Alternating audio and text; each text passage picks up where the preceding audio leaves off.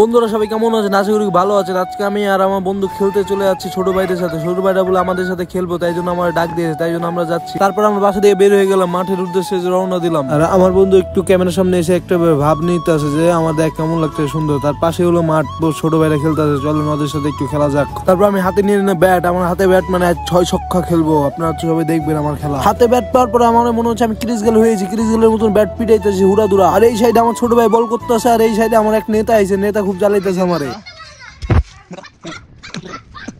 বল মেরে জঙ্গলের ভিতরে পাঠিয়ে দিয়েছিলাম, তাই জন্য আমি আউট হয়ে গিয়েছি। তারপর ছোট ভাই উচ্চ বল করতে আসে আমার বন্ধুকে, আমার বন্ধু 6 মেরে আউট হয়ে গেল, কারণ বারের ভিতরে বল চলে গেছে। এই সামনে বাড়িটি দেখতে পাচ্ছেন, এই ব্যারের ভিতরে বল চলে গিয়েছে। আর আমরা সবাই মিলে বল আনতে চলে গেলাম বাড়ির সামনে।